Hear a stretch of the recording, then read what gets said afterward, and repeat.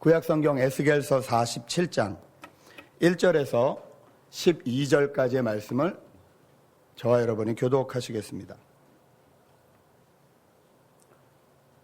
차신 줄 알고 에스겔서 47장 1절에서 12절 제가 먼저 읽습니다. 그가 나를 데리고 성전문에 이르시니 성전의 앞면이 동쪽을 향하였는데 그 문지방 밑에서 물이 나와 동쪽으로 흐르다가 성전 오른쪽 제단 남쪽으로 흘러 내리더라.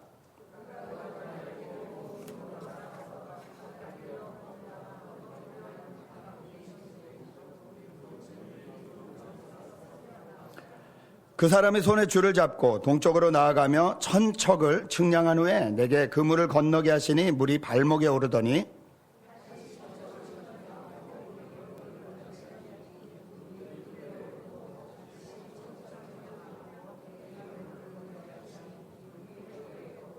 다시 천척을 측량하시니 물이 내가 건너지 못할 강이 된지라. 그 물이 가득하여 헤엄칠 만한 물이요 사람이 능히 건너지 못할 강이더라.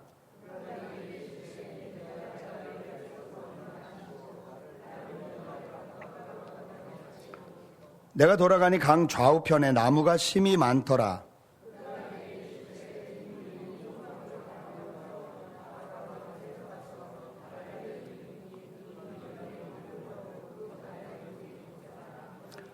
이 강물이 이르는 곳마다 번성하는 모든 생물이 살고 또 고기가 심이 많으리니 이 물이 흘러 들어가므로 바닷물이 되살아나겠고 이 강이 이르는 각처의 모든 것이 살 것이며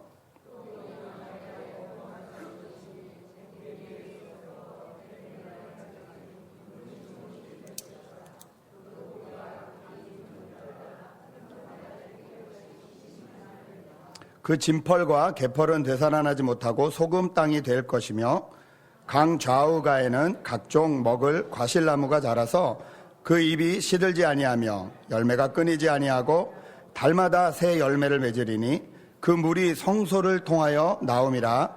그 열매는 먹을 만하고 그 잎사귀는 약재료가 되리라. 아멘. 우리 전후좌우에 계신 분들에게 하나님의 마음을 시원하게 해드립시다. 이렇게 한번 인사하시면 좋겠습니다.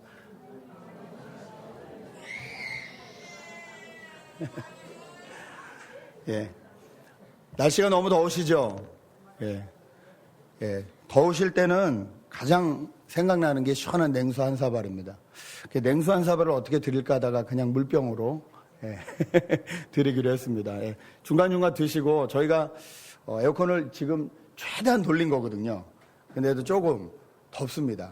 제가 얼렁얼렁 설교를 한번 해보도록 하겠습니다.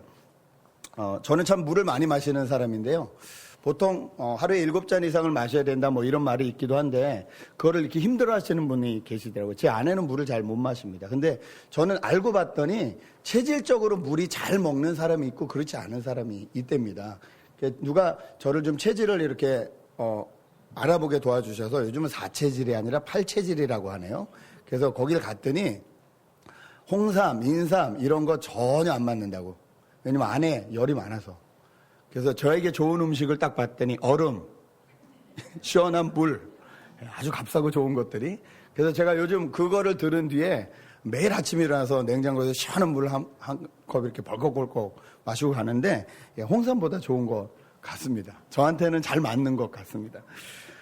저희가 지난주까지 에스겔서를 다 읽었습니다. 우리 하나님 나라 그리고 예수 그리스도의 복음이라는 관점으로 지금 계속 읽고 계신데 잘 따라오시리라 믿습니다. 끝까지 포기하지 마시고 성경 일독을 좀 따라오셨으면 좋겠는데요.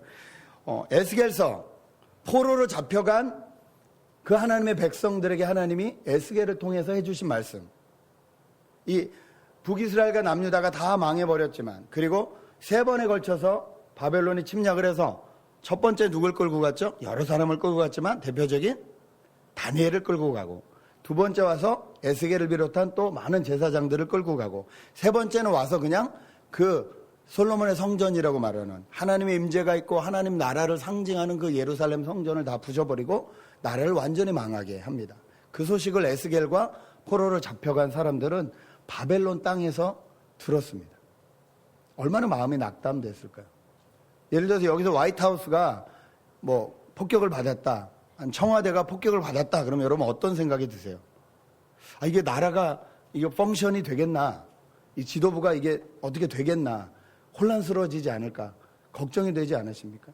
예, 마찬가지였을 것입니다. 에스겔과 포로로 잡혀간 사람들도 설마 했는데 자기들이 포로로 끌려왔지만 그래도 나라가 남아있으니까 설마 했는데 그곳에서 들은 소식은 정말로 예루살렘 성전이 무너졌다는 소식이었습니다.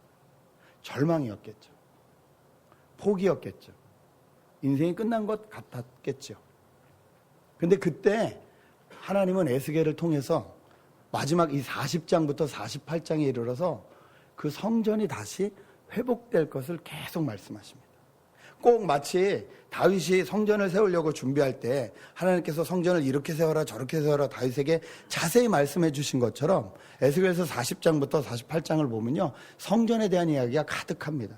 물두덩은 어떻게 해라, 제사장은 어떻게 해라, 안식일은 어떻게 지켜라, 성벽은 어떻게 쌓아라, 여러 가지 이야기들이 에스겔서 40장부터 쭉 나오는데 마지막 한 장을 남겨두고 오늘 47장에서는 갑자기 그 성소에서부터 물이 흐르는 이야기가 나옵니다. 예, 에스겔의 환상 가운데 지금 보는 건데요. 한 사람, 항상 이 에스겔서에서 에스겔을 인도했던 그 한 사람, 천사라고도 말하고 신학자들은 또 육체로 오시기 전에 예수 그리스도라고 말하는 그분이 에스겔을 인도해서 가는데 이번에 보니까 성전에서 물이 흘러나와서 이 1천척이라 그러는 건 대충 500m 정도입니다. 500m를 같이 가니까 물이 발목에 차고 또 500m를 가니까 무릎에 차고 또 500m를 가니까 허리에 차고 그 다음 또 500m를 가니까 수영할 만큼 2m 됐다는 소리죠. 이렇게 물이 계속 흘러나가는 환상을 보여주십니다. 강을 이루는 환상을 보여주십니다. 그리고 다시 그 강 어기로 와봤더니 그 사이에 나무들이 무성하게 자라기 시작하고 거기서 열매들이 막 나고 그리고 그 강이 흐르는 곳마다 바닷물이 생물이 살 수 있는 물로 변하게 되고 물고기가 생기고 어부가 생기고 삶의 터전이 생기고 사람들이 살아나는 역사가, 그 열매들이 막 따먹는 사람마다 기쁘고 즐겁고 매달 새로운 열매들이 열고 심지어 잎사귀마저 약재로 쓰인다.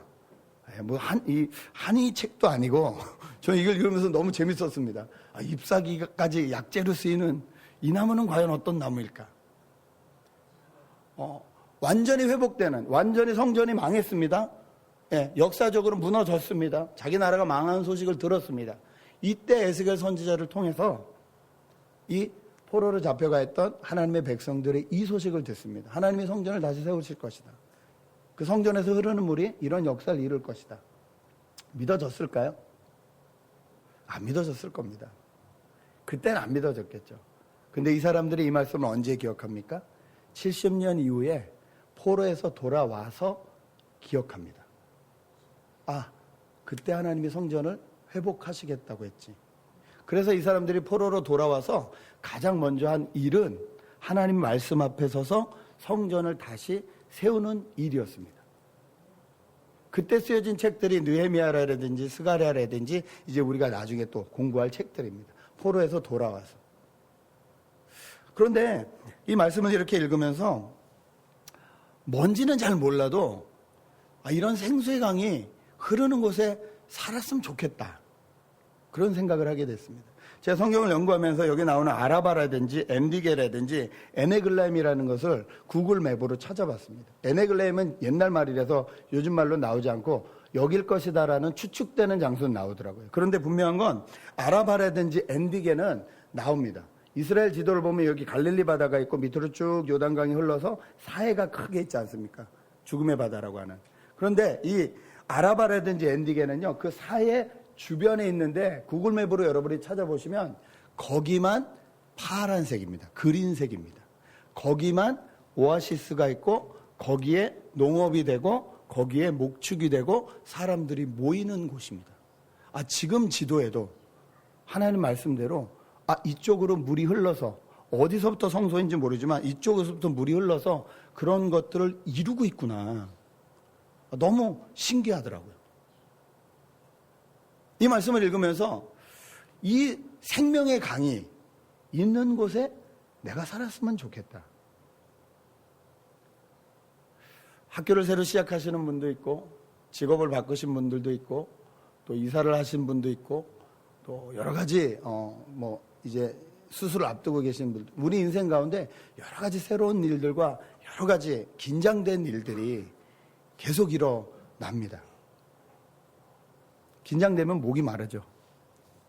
이럴 때 정말 시원한 물 한 잔 마시듯이 우리 인생이 그렇게 생명이 흐르는 그 강 옆에 살 수 있으면 얼마나 좋을까, 그 생각을 했습니다. 그리고 성경을 자세히 보니까 이 생명의 강이 성전에서부터 흐른다라고 오늘 본문은 말하고 있습니다. 1절을 제가 읽겠습니다. 그가 나를 데리고 성전문에 이르시니 그 성전의 앞면이 동쪽을 향하였는데 그 문지방 밑에서 물이 나와 동쪽으로 흐르다가 성전 오른쪽 제단 남쪽으로 흘러 내리더라. 성전에서부터 하나님의 이 생명의 물이 흐르는구나. 이때 말하는 성전은 눈에 보이는 성전입니다. 그렇죠? 그래서 그 사람들은 포로로 돌아갔다가 되돌아왔을 때 성전을 세웠어요. 성전을 세우는 일을 최우선으로 했어요. 이것이 저희에게 적용이 됩니다. 여러분, 이 교회가 성전임을 믿으십니까? 이 교회에서 하나님의 말씀이 흘러야 되고 하나님의 생명이 흘러야 됨을 믿으십니까? 예, 저도 그렇게 믿습니다. 제 소원은 이 웨슬레이 이마고대의 교회 내에 이 생수의 강이 좀 계속 흘러서 오는 사람마다, 인생이 답답하고 힘들고 어려운 사람마다 이 생수의 강물을 마시고 시원함을 얻고 회복이 되는 것, 그게 제가 원하는 교회 상이기도 합니다. 그런데 이것을 눈에 보이는 건물적인 교회로 만들어버리면 문제가 생깁니다. 왜냐하면 저희는 구약시대를 사는 것이 아니라 예수 그리스도가 오신 뒤에 신약시대 2015년을 사는 사람들이기 때문에 그렇습니다. 그렇다면 이 성소는 과연 어디일까? 이 강물은 성소에서부터 흐른다고 했는데 과연 어디서부터 흘렀을까? 그 궁금증을 가지고 성경을 찾기 시작하니까 역시 성경에 여기저기 이 생수의 강들이 흐르고 있었습니다. 첫 번째 흘렀던 생수의 강은 창세기 2장입니다. 하나님이 만드신 에덴 동산, 하나님의 나라, 천국을 상징하는 에덴 동산 한가운데 강물이 흘렀다고 기록합니다. 그 강물을 중심으로 생명나무와 선악을 알게 하는 나무가 있었다고 창세기 2장은 기록합니다. 그 에덴 동산을 지나가서 그 강물이 네 갈래로 갈라집니다. 이름은 비손이라든지 여러 가지로 붙여집니다. 그런데 그 네 강물도 잘 살펴보니까 저희가 그냥 이 역사에서 배웠던 인류 문명 4대 발원지라는 게 있죠. 저 중국 쪽에 황하강 쪽에 하나 있고 나머지 이쪽에 3개 있잖아요. 그것과 장소가 일치합니다. 예, 황하만 틀리고요. 3개가 그 네 강물 중에 3개가 일치하더라고요. 이름이 일치하더라고요. 이것도 참 신기하다. 역시 사람은 물이 흐르는 곳에 문명을 만들게 돼 있구나. 생명이 살아나게 돼 있구나. 에덴에서부터 흐르던 강물이 흐르는구나. 그래서 어디로 흐르나 봤더니 또 시편에 가니까 이런 말씀이 써 있습니다. 시편 1편 1절에서 3절 제가 읽어드립니다. 복이 있는 사람은 악인들의 꾀를 따르지 아니하며 죄인들의 길에 서지 아니하며 오만한 자들의 자리에 앉지 아니하고 오직 여호와의 율법을 즐거워하여 그의 율법을 주야로 묵상하는도다. 그는 시냇가에 심은 나무가 철을 따라 열매를 맺으며 그 잎사귀가 마르지 아니함 같으니 그가 하는 모든 일이 다 형통하리로다. 시편에는 시냇가라고 표현된 물이 흐릅니다. 그런데 그 물 주위에 있는 나무는 똑같습니다. 어떤 나무입니까? 철을 따라 열매를 맺는 나무, 잎사귀가 마르지 않는 나무. 오늘 에스겔서 12절에 뭐라고 합니까? 강 좌우 가에는 각종 먹을 가실나무가 자라서 그 잎이 시들지 아니하며 열매가 끊이지 아니하고 달마다 새 열매를 맺으리니 그물이 성소를 통하여 나옴이라. 그 열매는 먹을 만하고 그 잎사귀는 약재료가 되리라. 시편에도 이 물이 흐르는구나. 이 물은 어떤 물입니까? 복이 있는 사람들에게 흐르는 물입니다. 복이 있는 사람은 어떤 사람입니까? 하나님의 말씀을 즐거워하는 사람이라고 오늘 시편 1편은 기록하고 있습니다. 이 창세기부터 시작됐던 물이 하나님의 말씀을 즐거워하는 사람들을 통해서 계속 흘러가는구나. 자, 이 물이 어디까지 흘러갈까 살펴봤더니 성경의 마지막 요한계시록까지 흘러갑니다. 요한계시록 22장 1절에서 2절 말씀을 함께 읽었으면 좋겠습니다. 함께 읽겠습니다. 시작.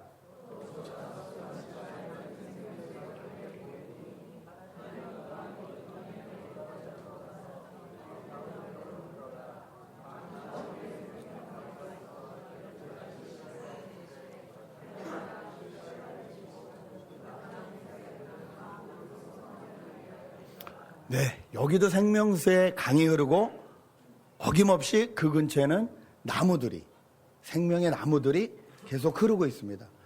성경은 처음부터 끝까지 하나님 나라를 말씀하시는 그곳에는 반드시 생수의 강물이 있구나. 그리고 거기는 생명나무들이 있구나. 그 생명나무의 열매를 먹는 사람마다 풍성함을 누리게 되는구나. 제가 이 말씀을 깨닫고 너무 좋았습니다.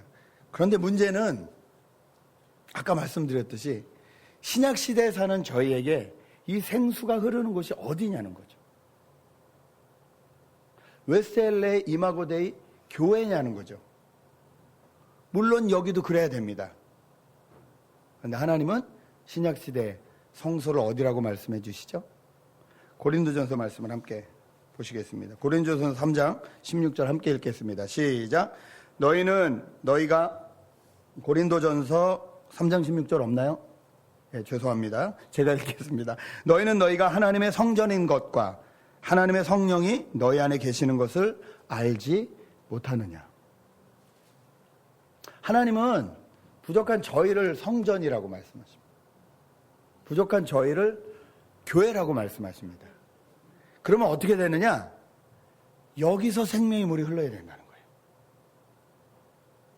교회로 불림받은 저와 여러분 안에서 생명의 물이 흘러야 된다는 거예요. 그래서 500m 가고 1000m 가고 1km 가고 2km 갈 때마다 생명들이 살아나는 일들이 계속 일어나야 된다는 거예요. 여러분 아멘이십니까? 그런데 현실은요? 여러분 생명수가 흐르고 계십니까? 저는 생명수는커녕 젖먹을 물도 모자른 것 같습니다. 제 안에 젖먹을 물도 모자른 것 같습니다. 남을 살릴 생명수는커녕 저를 풍성하게 한 생명의 물도 모자란 것 같습니다. 그러니까 자꾸 하나님이 주시는 생명의 물이 아닌 일륜적인 방법의 물을 쏟아붓습니다.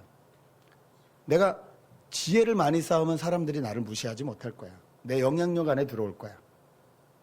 하나님의 다스림이 거기에 있을 거야. 내가 돈을 많이 벌면 사람들이 나를 무시하지 못할 거야. 거기서 하나님 나라가 이루어질 거야. 어떤 세상적인 방법과 내 방법의 물을 자꾸 마시려고 합니다. 그래서 그것을 채워서 그것을 나눠서 그것들을 통해서 어떤 역사가 일어나고 생명이 살아나기를 기대하게 됩니다. 그런데 그렇게 하면 할수록 바닷물을 마시듯이 더 목이 마르게 됩니다. 공부 좀 해보신 분은 압니다. 내가 하나를 깨닫는 순간 둘을 모르게 된다는 거. 내가 알지 못하는 두 개가 더 생긴다는 거. 예, 끄떡끄떡 하는데 공부하고 전혀 상관없는 애들이 끄떡끄떡 하는데 돈 좀 벌어보신 분들은 압니다. 이게 밑빠진 독처럼 끊임이 없다는 게. 엄청 많이 벌면 엄청 행복할 것 같죠? 그분들은 엄청 많이 들어갑니다. 벌어도 들어가요. 결국 없어요. 겉으로 보기에는 화려해 보이는데 엄청 인기를 얻고 누가 날 알아주면 되게 행복하고 만족하고 풍성한 삶일 것 같은데 우리가 뉴스나 기사를 통해서 항상 바라보는 것은 그들이 약을 하고 그들이 자살을 하고 그들이 외로워한다는 사실입니다. 어떻게 해야 될까요? 하나님은 우리를 성전이라고 부르시는데 하나님은 우리를 교회라고 부르시는데 여기서 생명수가 나와서 사람을 살리고 모든 것을 살려야 된다고 말씀하시는데 우리에겐 그 능력이 없는데 어떻게 해야 될까요? 이럴 땐 모든 답의 근원이 되신 예수 그리스도로 돌아가야 됩니다. 그래서 요한복음을 함께 보셨으면 좋겠습니다. 요한복음 4장 13절 14절 말씀을 함께 읽으시겠습니다. 시작. 예수께서 대답하여 이르시되 이 물을 마시는 자마다 다시 목마르려니와 내가 주는 물을 마시는 자는 영원히 목마르지 아니하리니 내가 주는 물은 그 속에서 영생하도록 솟아나는 샘물이 되리라. 세상 물이 있고 주님이 주시는 물이 있다는 거예요. 세상 물은 마실수록 목마르지만 내가 주는 물, 예수 그리스도가 주는 물은 영생을 하게 한다는 거예요. 거기서 날마다 솟아나는 샘물이 되게 한다는 거예요. 이 말씀을 요한복음 4장에서 지금 예수님이 누구랑 하십니까? 사마리아 여인과 하십니다. 사마리아 여인의 과거를 아시죠? 5번 결혼 실패하고 6번째 동거하고 계신 그분 잘못이 절대 아닙니다. 그 당시에는 여자가 결혼을 할 수 있는 능력이 없었습니다. 남자가 데리고 오는 거예요. 근데 5번 이혼을 했다는 말은 무슨 말이에요? 5번 버림을 받았다는 거예요. 한 가지 확실한 건 그만큼 이쁘셨어요. 그러니까 버림받아도 또 픽업되고 또 픽업되고 또 픽업되셨겠죠. 6번째 이 사람은 결혼 증서도 안 줘요. 이 나쁜 놈이. 동거예요. 이분이 오늘 제가 11시에 예배를 드리고 있는데 얼마나 없습니까? 이분이 떼양볕 사막에 이 시간에 물을 길러러 갑니다. 누가 이 시간에 물을 길러러 갑니까? 보통 이른 아침 늦은 저녁이에요. 왜 그 시간에 못 갈까요? 우물가에 누가 모이죠? 아줌마들이 모이죠. 가십으로 그냥 수근수근. 인생이 메마르고 힘든 거예요. 못 가는 거예요. 12시에 물 들어왔더니 예수라는 양반이 오시더니 물 좀 달아가더니 물 얘기를 하더니 갑자기 내가 주는 생수를 마시면 목마르지 아니하겠다. 얼른 냉큼 아이고 잘 됐네요. 물 뜨기 귀찮은데 그 물 좀 주십시오. 그랬더니 예수님이 뭐라 그러시죠? 네 남편을 데려와라. 예수님 절대 비껴가지 않으십니다. 이 여인의 인생 가운데 가장 힘들고 가장 목마르고 가장 갈장나고 어려운 그 부분을 그대로 건드리십니다. 여러분 여기에 소망이 있습니다. 성소된 우리, 교회된 우리에서 생명샘이 나오려면요. 첫 번째 뭐가 해결돼야 되냐면 내가 가장 숨기고 싶고 내가 가장 죄로 여기고 내가 가장 남에게 드러내 보이기 쉽지 않은 그 부분이 예수 그리스도를 만나야 됩니다. 그것이 회복이 돼야 됩니다. 예수 그리스도의 복음으로 완전히 이것이 회복되지 않으면 내 안에서 남을 살리는 생명수는 나올 수 없습니다. 제가 아는 목사님, 저랑 전도사 시절을 같이 했던 유일하게 저보다 작은 목사님이 계세요. 이름이 남궁이었는데 밥을 같이 먹는데 계란 후라이가 이렇게 나왔어요. 내가 계란 후라이에 대한 아픈 상처가 있지 얘기를 하는데 이분이 어머니가 5분이셨습니다. 첫 번째 어머님이 돌아가시고 아버지가 갑자기 서울에서 대구로 내려가시더니 오늘부터 이 집에 산다. 이분이 네 엄마다. 그리고 나가셨어요. 그 아버지는 또 1년 뒤에 돌아오시는 거예요. 뚝 떨어져서 아무도 모르는 엄마라는 분과 자기 나이 또래 비슷한 형제 하나랑 같이 삽니다. 1살인가 2살 어린. 그러니까 엄마가 자기 이름을 안 부르고 동생 이름을 부르세요. 아무개야 콩나물 사와라 그러면 자기가 본능적으로 뛰어갔대요. 왜? 살아야 되니까. 근데 엄마가 계란 후라이를 동생만 주시는 거예요. 밥 밑에 깔아서. 그걸 어느 날 발견을 했어요. 저 계란 후라이가 너무 먹고 싶은 거예요. 못 먹는 거죠. 근데 어느 날 1년 만에 아버지가 오셨더니 계란 후라이가 상에 나왔답니다. 아버지가 그 계란 후라이를 이렇게 들어서 이분의 이 밥그릇에 이렇게 올려주는 거예요. 이분의 표현에 의하면 아버지도 안 보고 동생도 안 보고 엄마도 안 보고 계란 후라이만 보면서 내 이 밥그릇을 향하여 달려오는 계란 후라이가 내 밥그릇에 닿기도 전에 먹어버렸대요. 엄마한테 혼날까 봐. 이기회가 아니면 계란 후라이를 못 먹을 것 같아서. 그 말을 듣고 옆에 있던 사역자가 다 계란 후라이 애따 넘어가라. 그날 다 멀어졌습니다. 실컷 먹어. 근데 이분이 그 상처가 다 나은 거예요. 이분이 뭘 잘하신 줄 아십니까? 깨진 가정의 애들을 잡아오는데 명수십니다. 왜? 다른 건 몰라도 그 마음이 어떤지는 정확히 아시거든요. 그런데 그 마음을 예수 그리스도의 복음 안에서 완전히 해결하셨거든요. 야, 너희도 나처럼 살면 산다. 걱정하지 말고 나와라. 그때 제가 섬기던 교회 중고등부가 전성기였습니다. 그런 애들이 빠글빠글했습니다. 예, 거기에 몇 명이 여기 앉아 있습니다, 지금. 여러분, 우리 안에 생수가 없습니다. 우리가 죄로 여기고 우리의 발목을 꽉 잡고 있는 그 부분에 대해서 예수님 앞에 나아가야 됩니다. 그 부분을 솔직하게 주님 앞에 내려놓으십시오. 그것이 자존심이 되었던, 여러분이 숨겨놓은 과거가 되었던, 어떤 죄악의 모습이 되었던 그 부분을 주님 안에서 해결하십시오. 그것이 예수 그리스도가 주시는 생명수입니다. 이 물을 마셔야지만 너희가 목마르지 않다. 이 물을 마셔야지만 너희 안에서 날마다 영생하는 생명이 다시 살아난다. 그 물이 있는 사람이 남을 살릴 수 있는 거예요. 두 번째, 우리 안에 또 어떤 물이 있어야 되나? 요한복음 7장이 계속 나옵니다. 요한복음 7장 38절 39절을 같이 읽겠습니다. 읽습니다. 시작. 나를 믿는 자는 성경의 이름과 같이 그 배에서 생수의 강이 흘러나리라 하시니 이는 그를 믿는 자의 받을 성령을 가르쳐 말씀하신 것이라. 아멘. 우리 안에 생명의 수가, 생명의 물이 날마다 흐르게 하려면 우리 안에 누가 계셔야 된다고요? 성령이 계셔야 된다. 하나님의 영이 계셔야 된다는 거예요. 나를 믿는 자는 배에서 생수의 강이 흘러난대요. 그게 뭐라고요?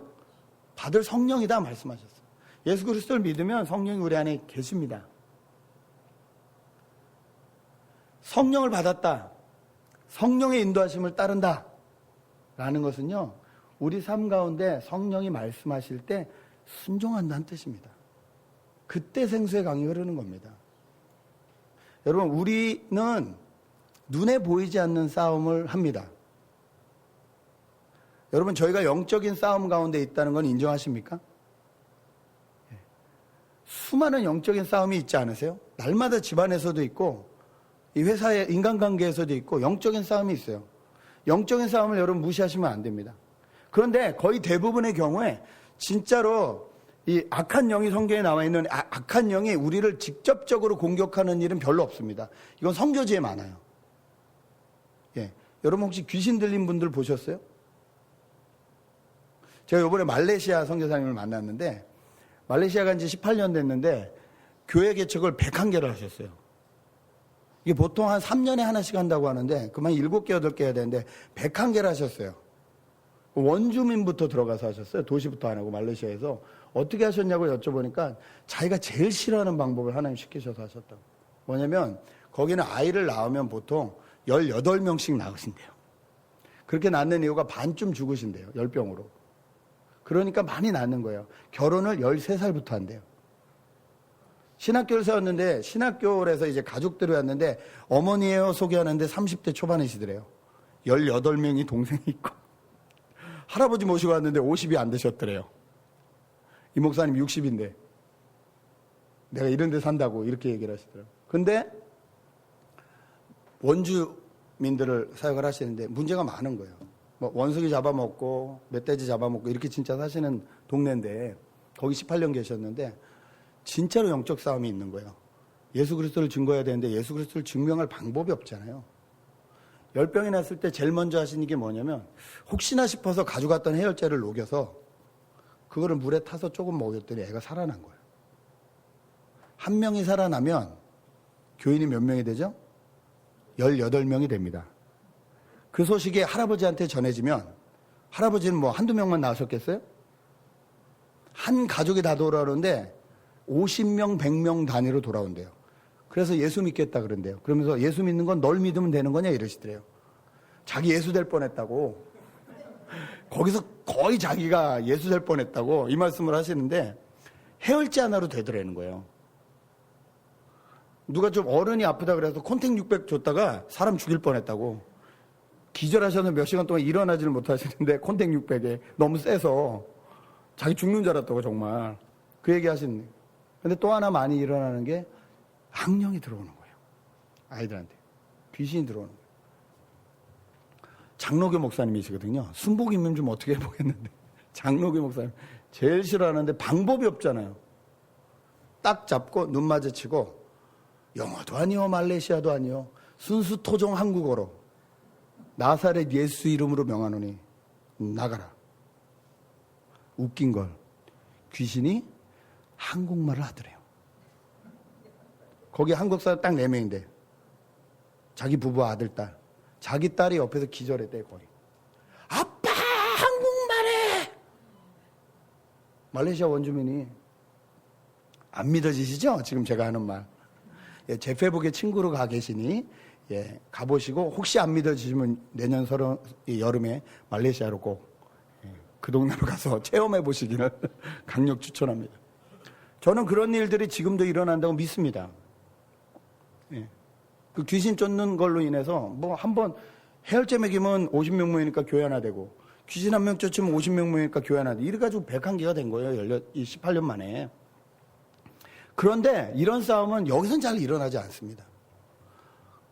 그렇다고 영적 싸움이 없을까요? 아니요. 치열한 싸움이 있습니다. 그 싸움이 어디서 일어나죠? 성소된 저희 안에서 일어납니다. 하나님이 분명히 말씀하십니다. 성령이 인도쳐 주십니다. 이렇게 해야 되지 않겠니? 그런데 순종하고 싶지 않습니다. 이 싸움이 날마다 일어납니다. 내 안에서 일어납니다. 여러분, 이 싸움이 일어나면 우리는 생명수를 내면서 살 수 없습니다. 요한계시록 22장 17절에 이런 말씀이 있습니다. 성령과 신부가 말씀하시기를 오라 하시는도다. 듣는 자도 오라 할 것이요 목마른 자도 오라 할 것이요 또 원하는 자는 값없이 생명수를 받으라 하시더라. 성령이 말씀하시는 거예요. 오라고. 신부는 신랑 대신 예수 그리스도를 믿는 우리를 말하거든요. 성령이 오라고 말씀하시고 예수를 믿는 우리가 세상을 향해서 오라고 해야 되는 거예요. 그 사람들을 초청할 수 있어야 돼요. 생명수가 여기 있으니까 마셔라. 그런데 우리가 먼저 성령의 말씀을 듣지 않으면 초청도 못하고 나도 못 살리는 거예요. 이 성령의 음성에 순종하는 것, 과연 구체적으로 우리 말씀 가운데, 우리 삶 가운데 무엇일까? 성경을 좀 더 찾아봤더니 잠언에 이런 말씀이 써 있습니다. 잠언 14장 27절, 여호와를 경외하는 것은 생명의 샘이라 사망의 그물에서 벗어나게 하느니라. 하나님을 경외하라는 거예요. 이게 성령에 순종하는 거예요. 여러분, 하나님 경외하십니까? 왜 갑자기 아멘이 작아지셨어요? 여러분, 저희가 진짜로 하나님을 경외하는지 안 하는지는요, 저는 모릅니다. 누가 아실까요? 여러분과 같이 사시는 여러분의 가족은 아십니다. 우리 엄마 교회만 왔다 갔다 해. 나한테 화내는 거 보면 알아. 나한테 소리 지를 때 보면 알아. 우리 아빠, 나이롱이야. 저 뒤에 가서 사업하는 모습 보면 알아. 누가 알까요? 가까이 사는 사람은 다 압니다. 여호와를 경외한다는 것은요, 누가 보든 안 보든 하는 거예요. 여러분, 하나님을 정말 믿어드리십니까? 내가 하나님을 만들지 말고 성경에 나와 있는 하나님 그대로 받아들이십니까? 이게 여호와를 경외하는 거거든요. 성령은 여호와를 경외하라고 말씀하세요. 그래야 우리 안에 생명의 샘이 나온다고 말씀을 하세요. 근데 우리는 하나님을 무시할 때가 참 많습니다. 이 마음에서부터 해야 된다는 거예요. 또 무엇이 성령을 순종하는 것인가 봤더니 잠언 10장 11절 이렇게 말합니다. 의인의 입은 생명의 샘이라도 악인의 입은 독을 머금었느니라. 13장 14절 지혜 있는 자의 교훈은 생명의 샘이라 사람으로 사망의 그물을 벗어나게 하느니라. 우리 입술의 말이 생명의 샘이 될 수 있다는 거예요. 의인이 하는 말은 살리는 말이 된다는 거예요. 악인이 하는 말은 독이 된다는 거예요. 성령에 순종한다는 것은 구체적으로 뭐냐? 내 입술의 말이라는 거예요. 여기서 사람을 살리고 죽인다는 거예요. 그럼 성령에 순종하십니까? 지옥을 우리가 언제 맛보죠? 저는 집에서 가장 많이 맛봅니다. 안타깝게 목사가 집에서 지옥을 가장 많이 맛봅니다. 왜? 내가 나타날 때 내 안에 하나님의 말씀이 있지 않고 내 입에 의인의 말이 있지 아니하고 악인의 말이 있을 때 우리 집이 지옥이 됩니다. 자꾸 제 말씀을 드려서 너무 죄송한데 그래도 드리겠습니다. 뭐 어떻게 하겠습니까? 요즘 에스겔을 읽어서 그런가 봐요. 너무 힘들어요. 제가 원래는 37장 설교하려고 그랬거든요. 마른 뼈. 사방에서 생기가 불어와서 마른 뼈가 살아나고 군대가 되는 그 모습. 이게 뭘까? 성경에서 나오는 건 알겠고 주석도 알겠는데 이게 과연 내 삶에 우리 교인들에게 이게 무슨 상관이 있을까? 하나님, 마른 뼈가 뭔가요? 그랬더니 하나님이 수요일 날 마른 뼈가 뭔지 체험하게 하시더라고요. 지난 수요일 날 그때도 95도 100도 됐죠. 너무 더웠는데 집에 아침에 있었습니다. 아내가 청소를 좀 부탁했습니다. 제가 청소를 하는데 저는 좀 이렇게 집안일을 할 때 척을 합니다. 내가 청소한다 이런 줄. 그래가지고 뭐 집안일 할 때 혼자 다 알아서 하는 게 아니라 예를 들어 청소기를 돌리면 청소기를 나한테 갖다 달라. 아니면 뭐 이렇게 스팀하는 게 있으면 거기다 물을 넣어 달라. 그러니까 아내가 아니 왜 나는 혼자 다 하는데 당신은 뭘 할 때마다 꼭 그렇게 시키냐고. 그래서 제가 뭐라 그랬냐면 왜냐면 나는 지금 당신을 도와주는 거니까. 이렇게 얘기했어요. 그 말에 와이프가 열이 받았습니다. 집안일이 내일 남일이 있는 거야? 왜냐하면 당신은 전업주부니까. 말 되죠? 전 말 된다고 생각했거든요. 내가 안 한다는 게 아니라 당신이 메인, 내가 서브. 왜냐하면 당신은 전업주부니까. 근데 와이프가 논리적으로 따지지 못해도 화가 났어요. 저도 기분이 나쁘죠.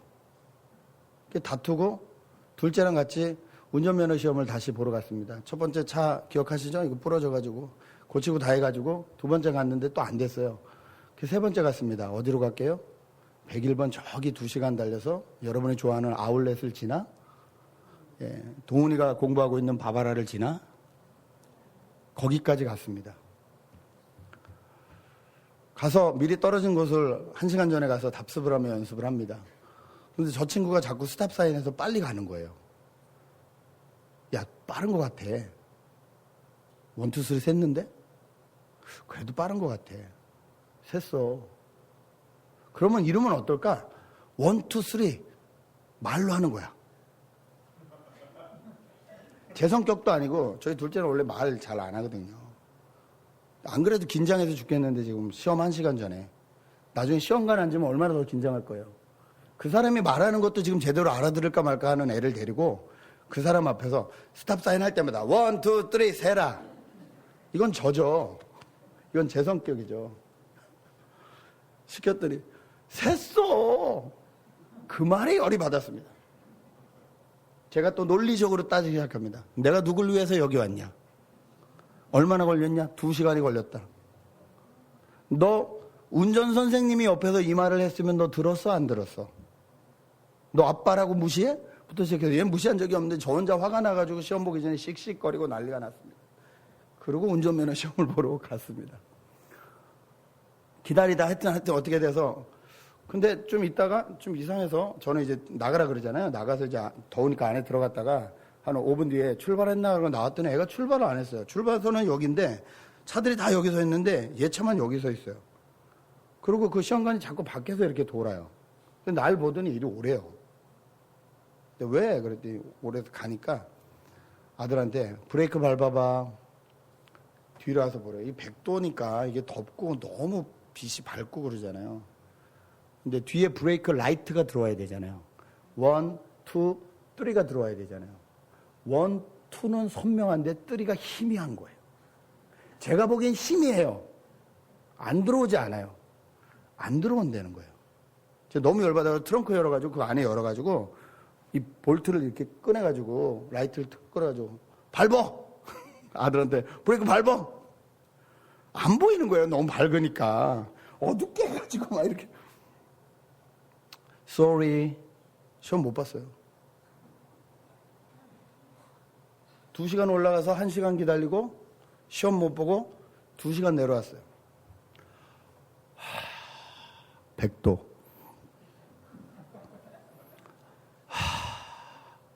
정말로 제가 오랜만에 소리 지르고 싶었어요. 하고.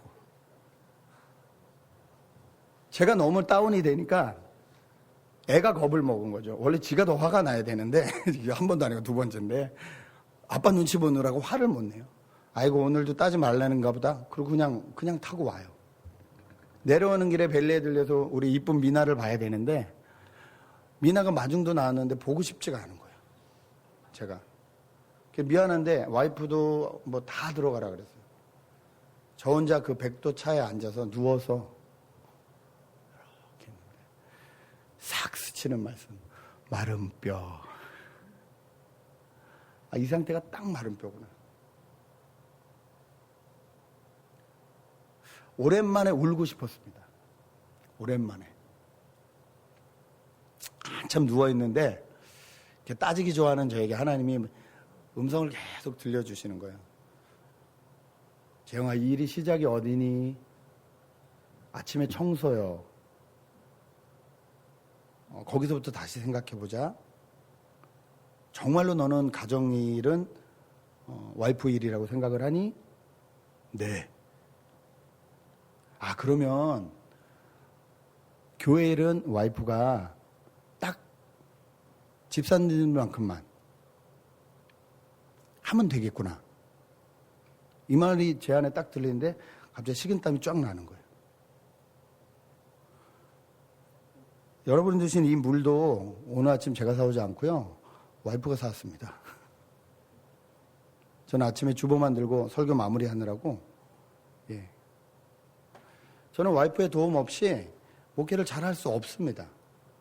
그런데 그때는 제가 어떤 자를 재냐면요. 사모니까 당연하지라는 잣대를 갖다 댑니다. 집에서는 당신이 저녁 주무니까 당연하고, 밖에서는 당신은 사모니까 당연한 거예요. 잣대가 달라요. 그 잣대의 기준은 누구예요? 저예요. 제 이기심이에요. 하나님 모르세요. 정말 그렇게 생각하니? 아닌 것 같은데요. 부부가 하는 모든 일은 네 일, 남 일 없는 거다. 여러분, 남편이 하시는 사업이 남편 일 아닙니다. 여러분의 가정 일이십니다. 자녀가 하는 공부가 자녀 일 아닙니다. 여러분의 가정 일이십니다.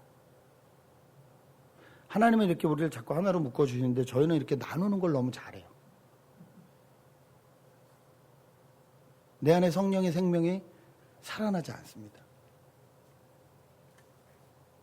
근데 제가 잘하는 게 있어요. 화도 잘 내는데요.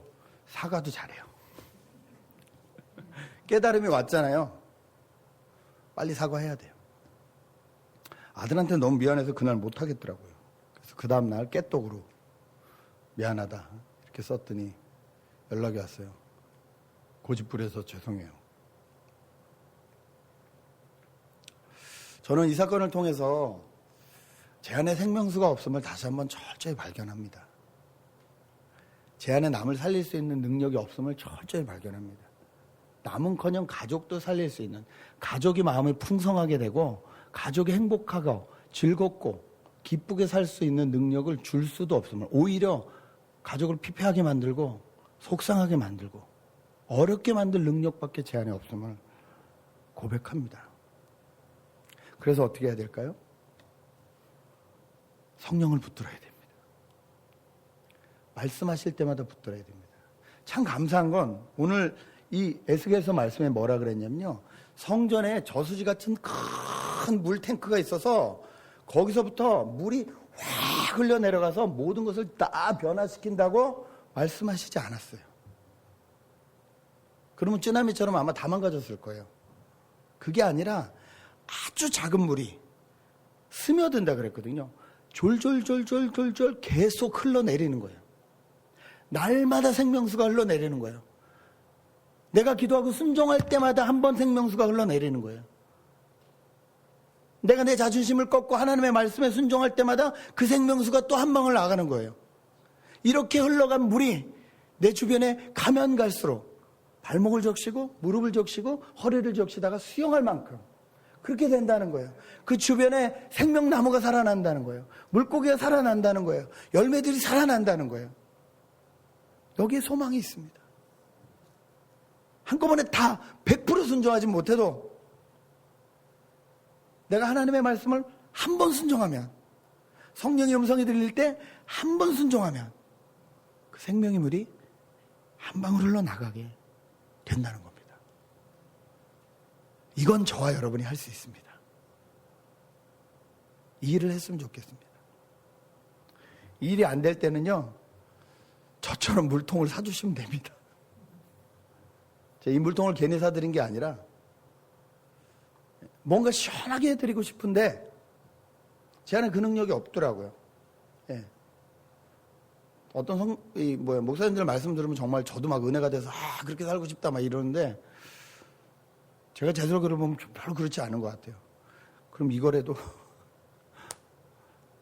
생명의 물질이라도 써서 이 물질이 나눠가는 곳에 오해하지 마십시오. 예, 이 물은 교회 돈으로 사지 않았습니다. 그럴 생각 없습니다. 이거라도 나눠줘야 살리겠다는 거예요. 여러분 그 마음으로 정말 여러분의 물질을 나눠보세요. 생명이 살아나나 안 살아나나. 나하고 관계가 좀 급급한 사람 밥 한번 사보세요. 그 사람하고 관계가 좋아지나 안 좋아지나. 저는 이 은혜가 이 더운 여름날 저 여러분에게 날마다 있었으면 좋겠습니다. 같이 기도하시겠습니다.